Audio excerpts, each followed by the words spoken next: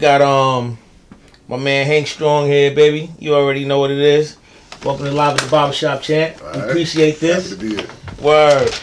I mean, you know, you got the ill roll right now. I mean, how's feeling out there to be called Big Dick Buster? Let's jump right into it, baby. I mean, it's kind of a cool name when you think about it. I mean, you know, the ladies gotta call you Big Dick Buster. Mm-hmm. You know, but you know, when your boys, you know, they watch the show, they're like, I ain't calling you Big Dick Buster. Yeah. Like, I'll call you Buster, but I ain't calling you Big Dick Buster. I'm like, you better throw some respect on my name. Word up. I like that. Word. So how they treating you out there right there? I mean, they're good. You know, like Godfather of Harlem is an amazing show. You know, takes place in the 60s. It's based on a true story.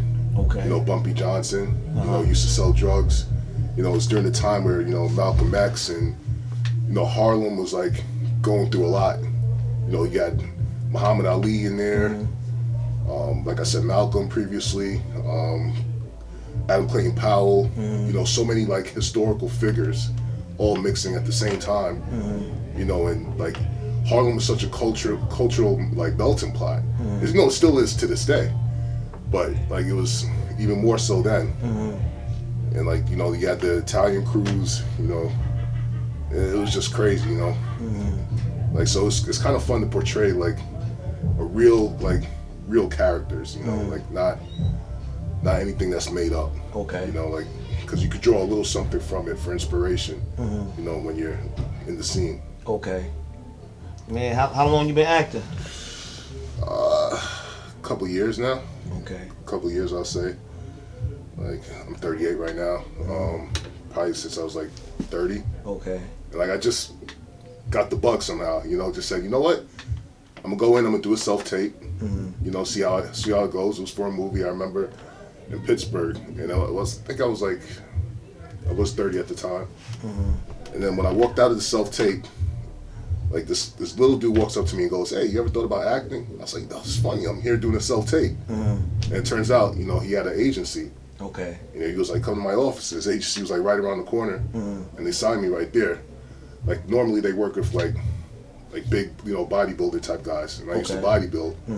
So, you know, pretty much like use my physique to like open up some doors, you know, because at the time I was just starting. I wasn't Denzel or nothing like that or Will Smith, you know, but I got better as time went on. Well, you've been in a lot of stuff. I see you in the Blacklist and stuff like that. Yeah.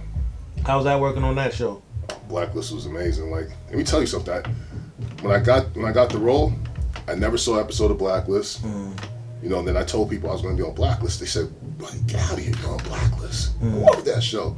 So I started binge watching. You know, I did my due diligence, and let me tell you, the show is awesome. Like, it's a great story. You know, Raymond Reddington. You know, most wanted by the FBI. You know, he has like this elaborate story and history. You know, and his daughter. Or you find out it really isn't his daughter, you know, works for the FBI. And it's just crazy, you know, up until this season right now. Okay. You know, like, it was fun, but I'm not going to be coming back because I got popped. So, how was that when you get hit? Is it like a drain on you? Yeah. When you get hit on the show? Yeah. You know, because, you know, like, it was fun, but you're not going to be able to come back. Yeah. You know? Shit, you get on Power, you might be able to come back. Yeah, everything. What you feel about the last couple episodes of Power? I think it's like getting a little far-fetched. You know, like they just trying to stretch it out. Okay. I mean, it started off as a good show. First couple seasons, I loved it. Okay. No, I don't want to knock it too much. I want 50 coming at my neck. Yeah, you know? You know? Yeah, we don't owe you nothing, 50. Yeah, I don't owe 50 nothing, you know? Word. But, you know, it's a good show. I mean, we all know Tariq probably killed Ghost, so. That's what they added it up to. That's what I was thinking, too. But you're probably going to throw a little twist. Probably like Tasha's boyfriend or something. Okay. You know, trying to, like, impress her. Or some other character you're not thinking of. Not one of the obvious suspects. Well, what are one of your favorite shows out there right now?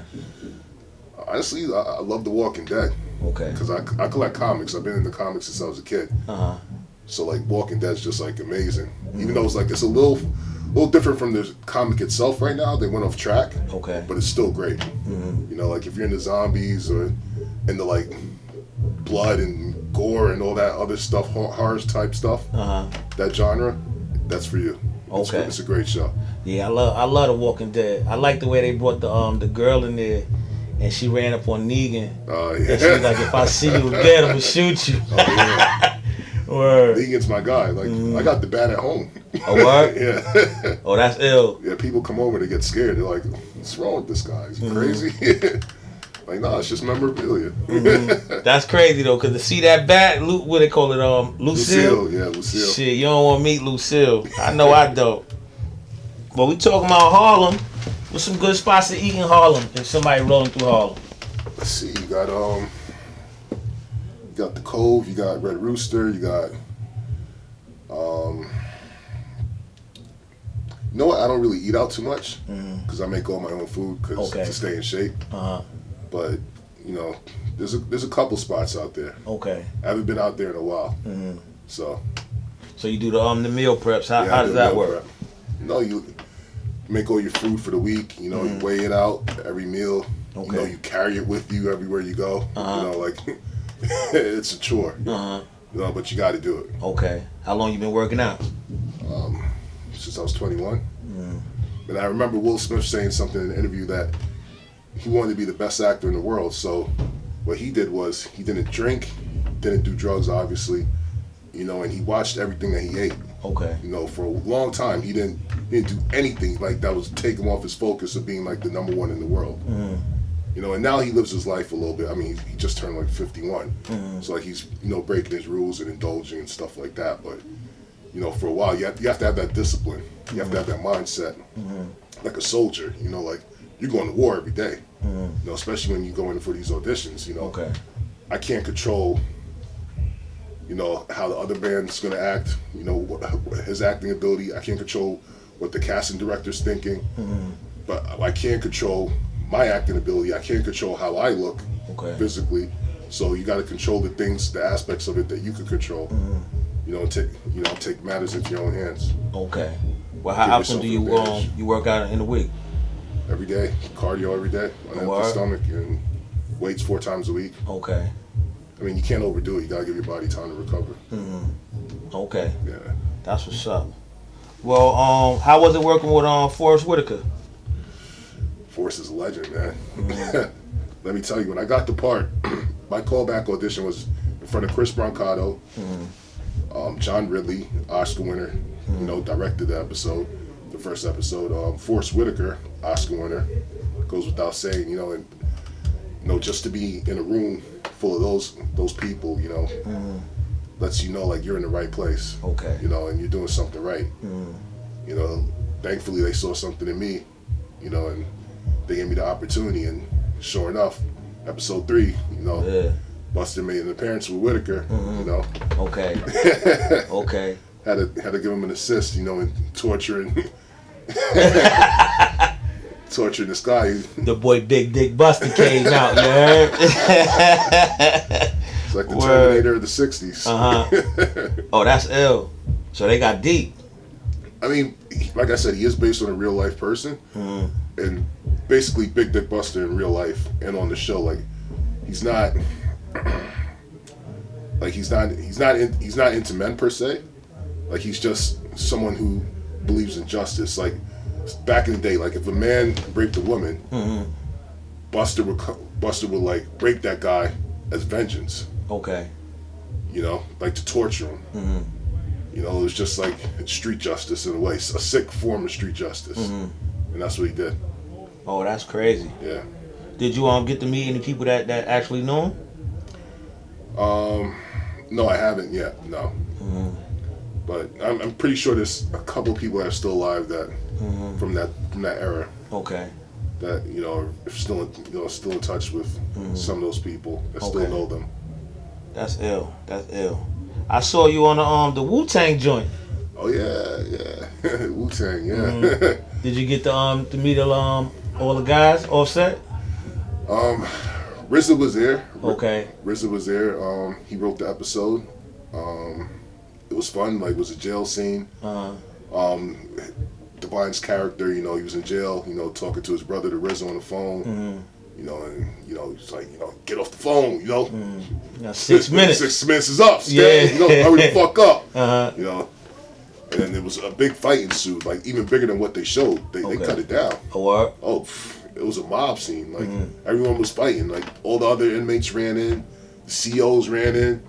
Like we were fighting for a minute. We did a lot of takes of that, but I guess in the end they decided to just show that part. Okay. I mean, how does that really work? Like if they set you up for a scene, can you get like cut out of a scene through editing when shit like that happens? I mean, it happens to the best of them. It happens to everybody. Like even the big names. I mean, I'm not the director. I'm not the producer. It's all up to them and the networks. How they want to portray, how they want to show the show. Can't ever tell anybody how to do their art. Okay. You don't expect them to tell you how to do yours. Can't tell them how to do theirs. It's just part of the business. Okay. So what do you feel about the that show? Do you feel well, who do you think did the best? Let me rephrase that. In the show. As portraying a person that's actually living. I think Dave East actually did a great job with Method Man. Surprisingly, like his acting ability, like is really, really up to par. Okay. I was pleasantly surprised. Because a lot of rappers, they try to be actors, and it's like not that good. But he really stepped up to the plate, and I guess that's because he's a rapper too.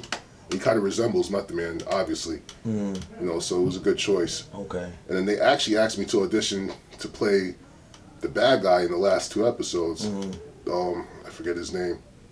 The one that got shot? Yeah, the big guy. Okay.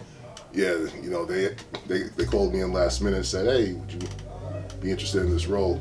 Like literally last minute. I had like 20 minutes to get down to the casting office. Okay. But ultimately they went with the other guy.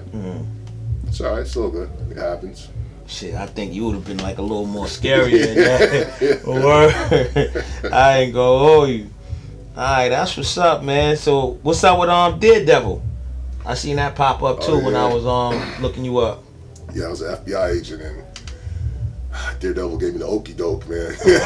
Getting into the hotel to where the Kingpin was staying. Like I remember it was freezing cold that day too, like probably the coldest day of the year to that day, and like I had a little FBI like flight jacket on and standing outside like, oh my god, when are we gonna shoot the scene and get it over with? But it was fun. Like I said, I'm in the comics. Okay. To be in something that's comic book related. Like Gotham, I was in Gotham. Okay. Like Batman, like Dark Knight is like one of my favorite movies of all time. And I got to fight Jerome the Joker, Batman, Catwoman. It's crazy. So what? Let's name some of your more fun roles that you did there. Like I said, that Gotham was crazy fun. Like had a big fight scene. Okay. Ray Donovan was a lot of fun. Okay. Like I had a long fight scene, fist fight with Bunchy. That was that was pretty crazy. Like we actually hit each other on a couple takes. What? And it was still in there. Like I headbutted him on one take and he started bleeding. And then, like everyone was like, "Oh, they all stopped," And then he punched me on one take. I'm not that big of a star yet, so they were like, "Oh, you okay?" But it wasn't as big as commotion. Okay. They were concerned. They treated me well. It was a great show. John Voight was in that scene too. Okay. Yeah, he was awesome. Let's see what else. I have a movie coming out with Judd Apatow. He directed it. Pete Davidson starring in it. Bill Burr, Steve Buscemi. A couple other big names, Dominic Lombardozzi, and like that was just so much fun, man. Like I'm playing a firefighter, like jokes all day. Like we improv most of this. Like we had a written script, but we did. I guess the secret to Judd's movies and why they're so funny is he does improv. Okay. So it actually felt like you're on the set of like Saturday Night Live. I guess Pete obviously, but it's gonna be hilarious. Wait till you guys see it. Like. I mean, if you think 4-Year-Old Virgin's funny, if you think Knocked Up is funny, any of Judd's movies, you're gonna love this one too. Okay. Well, shit, let's talk about top 5 movies of all time since you're an actor. Top 5? Word. That's tough. I watched so that many. Ain't gonna be easy. Oh man. Let's get the brain a little flowing right now. All right. I've been watching this the past couple of nights before I go to bed. I've seen it a million times, but Casino. Okay. Casino's up there for me. Martin Scorsese, like, he's just a genius. You know, like, if you ever watch any of his movies, like, sometimes he does this one thing where it's like one long take. Like, he'll show somebody coming in from the door, walking in along, you know, coming along the room and all that stuff. And that's all in just in one take. Okay. You know, and if you're an actor, you already know, like, just to get one shot done takes so much. Like, you probably have to do like a million takes just to get that. Okay. But he gets this all in one take. Like, it's insane. You know, and like he does that in Goodfellas. He does that in actually in Goodfellas, I could point out the exact moment he does it. It's when Henry goes into the Copa with his girl. Okay. You know, he pays off the guy, and they go in through the kitchen, and then they go down to their seat. That's all in one shot. Like, the camera doesn't cut. That's all in one shot. So if you're paying attention, you really gotta, you gotta see that. He's mapping it out. He's mapping it out, man. Okay. He's really a genius. The Dark Knight. Okay. Heath Ledger, Joker, crazy. I mean, Joaquin Phoenix, he did a great job. Obviously, he had a whole movie to get into the whole psyche of the Joker. Okay. But Heath Ledger only had minutes, you know, within a film, and he killed it, crushed it. Okay.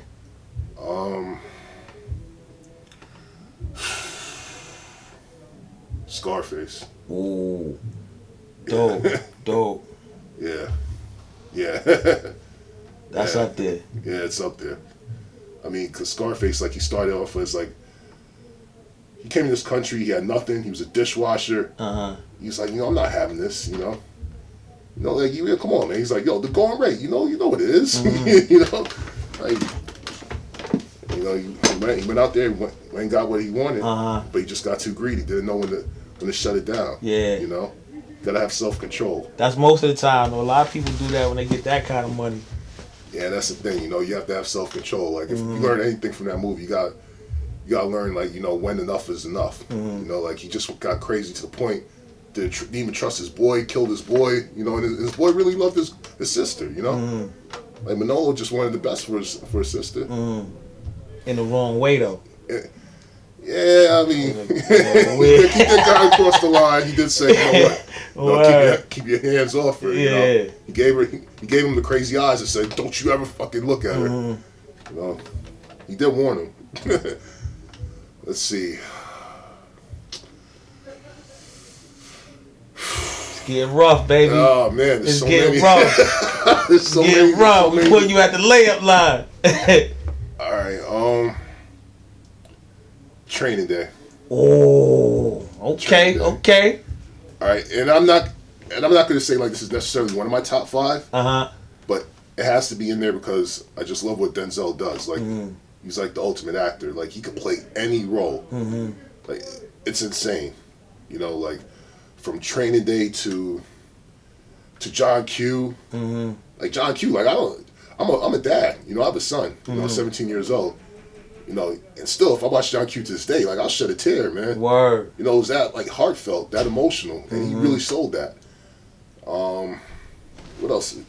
Like, he's just done so much. Like, Malcolm X, like, he should have got an Oscar for that. I feel the same way. Word. Like, he really portrayed it. You know, Nigel Thatch does a great job on our show, you know, portraying Malcolm as well. Okay. You know, but yeah.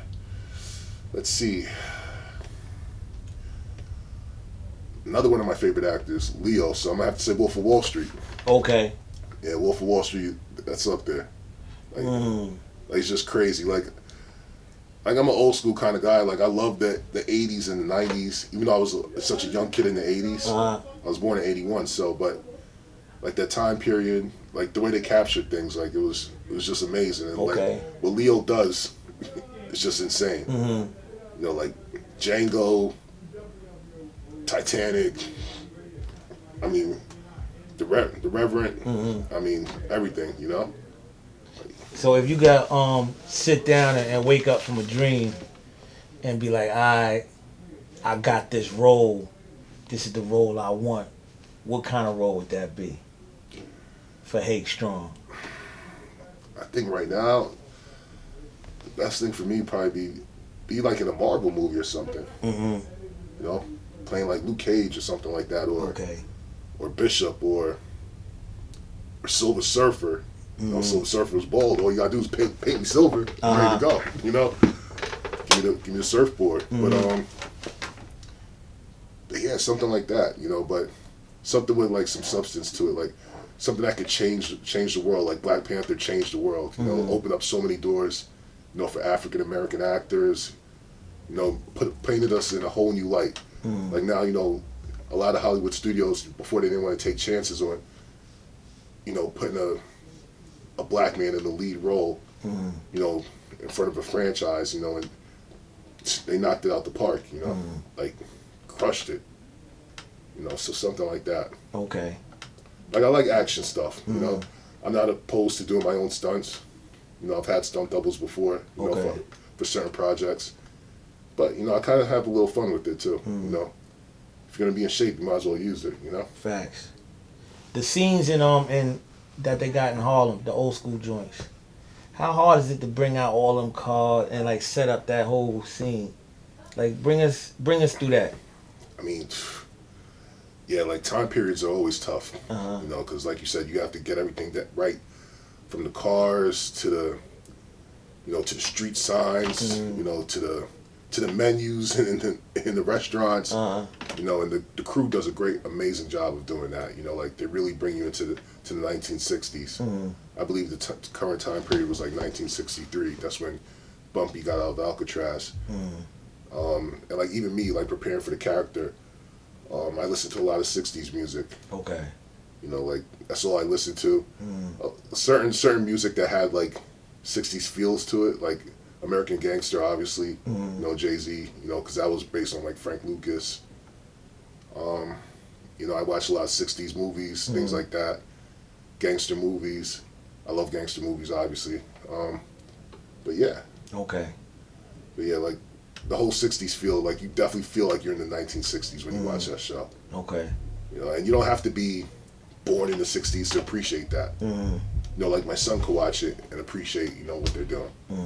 You know, he has no idea about the 60s, let alone probably even the 90s. You know? Yeah, I love the way they bringing it in because it's like even like Adam Clayton Powell, like you got like these big names that you know you kind of get taught about in school, but they not really portrayed in movies like that. You know, you hear Malcolm X and people like that, but to see his swagger, it was kind of amazing to me. I ain't gonna front. That's right. You know, Malcolm was a real one. You know, Adam Clayton too. You know, that's not the education you're gonna get when you go into a classroom. Yeah. You know, there's two sets of educations you're always gonna get. You know, it's like this in Bronx Tale. You know, you get another one of my favorite movies. You're gonna get, you know, education in the classroom, and then you're gonna get a street education. You know, and that's what Sonny was doing. You know, for little, I forget his name, the little boy in the movie. Cologio, yeah, Cologio. Yeah, he was giving him an education in the street. You know, and you need a street education. You know, and what we're doing, Godfather of Harlem, is we're giving you that street education. You know. Well, let's play a little quick game, but I'm gonna ask you one question first. It's if you can only just say, all right, this is the only actors, movies I could watch for the rest of my life. Me, I'm gonna say Denzel, but let's see where you gonna go. It'll either be between Denzel or Leo, because they could play any character. They could do anything. So like they can entertain you for forever. You know, you know they're not like pigeonholed into one genre. You know, they both been, well, Denzel's been like almost like a superhero basically in some stuff. You know, he's been like a family man in others. You know, he's been a historical figure. You know, so yeah, I'll probably go with Denzel. Okay, pretty dope. All right, play a little quick game. Just finish the sentence. I hate when I walk in the gym and the Stairmaster I always wanted is taken. Alright, I love when I wake upside. I love when I wake up and go outside and. It's a beautiful day, sunny outside. You know, it's a nice little breeze. Mm, You know, and you got the whole day to just, conquer whatever it is you want to do. mm, You know, you got to seize the day. okay. You know, you got to wake up every day, just thinking, you know what, you got to seize the day, make the most of this day. Mm. Tomorrow's not promised, Tomorrow, I'm gonna fly to. Dubai. Well, In a couple I gotta weeks. give you that one. That one. In a couple weeks, but Word. Dubai is lit. yeah, I've never been, so first time. Yeah, I've been out there. I had a great time. Where it like enlightens you and brightens up your eyes. Yeah, traveling, it really does, because you really got to see the world. Mm-hmm. I've been a lot of places.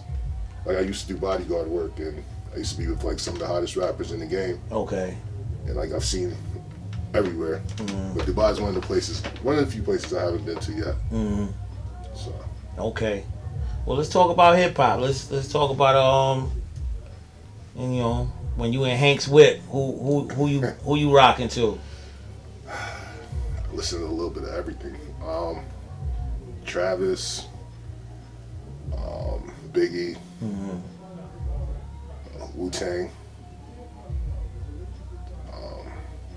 a lot of Kanye's older stuff. Okay. Jay-Z, Migos. Those are my guys. Just everything. Best time in hip hop, like the best era. 90s. Yeah. Don't even have to think about That's it. a fact. That's a fact. Don't even have to think about it. Like, it was just raw.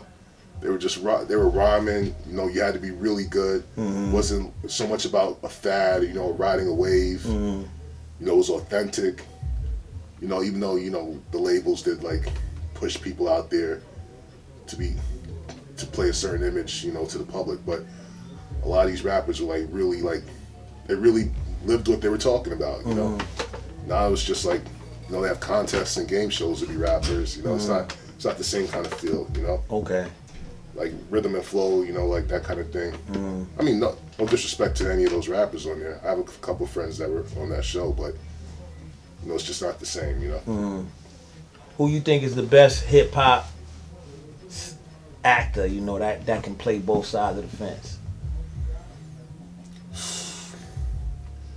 LL's been doing it for so damn long, man. Yeah. Deep Blue Sea. My head is like a shark's fin. Facts. Like, he's been doing it for a minute. Uh-huh. Ludacris is pretty good. I mean, Hustle and Flow. I remember when he told Terrence, like, fuck you, man. He's about to take his chain. He was like, man, fuck you. Do what you gotta do, man. Word. Hey, Sticky, man. Tell me you dropped this, Mike. That scene was crazy. Yeah, it was crazy. I mean, there's a few. Okay. I'm trying to think. Method Man's good. Yeah, can't forget Method Man. Okay. Yeah, he's been doing this thing. So what should we look out for Hank in the next couple months coming up? What should we look out for? Just did a pilot called Masters of Doom. Okay. I'm playing the Goblin King. I don't want to give away too much, but it's about the guys in the 80s that made the video game Doom. One of them is having like an acid trip or a dream sequence, and then he starts fighting, turns into a knight, and he starts fighting all these goblins. And I'm like the king of the goblins. Then he has to fight me. It's kind of like, if you ever watch Stranger Things, the Mind Flayer. Yeah. I'm kind of like the Mind Flayer of that show. Okay. When it comes out. If it gets picked up, it's a pilot right now. What else? I'm shooting The Last OG next week, actually. That's pretty dope. Playing a tough guy, John Book Knight. He's just a badass that doesn't let anything get in his way. So you guys will see that. Like I said, the Judd Apatow movie. That's going to be huge. Playing a firefighter. Firefighters can't have beards or facial hair, so I had just a mustache. So that created a lot of comedy throughout the movie as well. looking like Steve Harvey's little brother. Cut all that off. Yeah. That's crazy. Yeah. That's what's up. So if you can give some kids some advice, what would you say to the kids right now? I would say don't give up on your dreams. Don't let somebody tell you to be something that you don't want to be. You know, don't let somebody dictate to you what it is that they want you to do. You know, like as parents, like we push onto our kids like what we want them to do because we don't want them to fail where we failed. You know, you always want them to succeed, but you have to give them space to grow. You know, like if my son wants to be an actor, he can be an actor. If he wants to be president, he can be president. Be a doctor, lawyer, computer graphics, whatever the case may be. Okay. But I'm not going to push him to do something just because I love it. You know, you have to find your own way. Okay. And if you love something and you're passionate about it, you got to put your all into it. Don't expect everything to fall in your lap. You know, nothing's handed to you. You know, like people think in this business, like, you know, people see me starting to rise a little bit, and people come out the woodworks like, hey, can you put me on like Godfather of Harlem? Can you put me on this? Help me get on that? And I'm like, hey man, nobody handed me anything. I had to bust my ass. I had to audition. You know, like I had to work to get mine. You gotta do the same. You know, and it feels so much better too when you earn something. Not when it's handed to you either. You know, like nobody's ever gonna be able to say like, I put Hank Strong on. Like, you know, I did this for him. You know, no, I did it for myself. You know. Well, we definitely appreciate this time that you took out, man, to give the Live at the Barbershop, you know what I'm saying? Oh, it's fun, man. And we definitely gonna watch the rise of Mr. Hank Strong, you dig? All right, maybe next time I come back, since it's Live at the Barbershop, I get a shape up. Oh, word! I gotta pull the buzzers out, baby.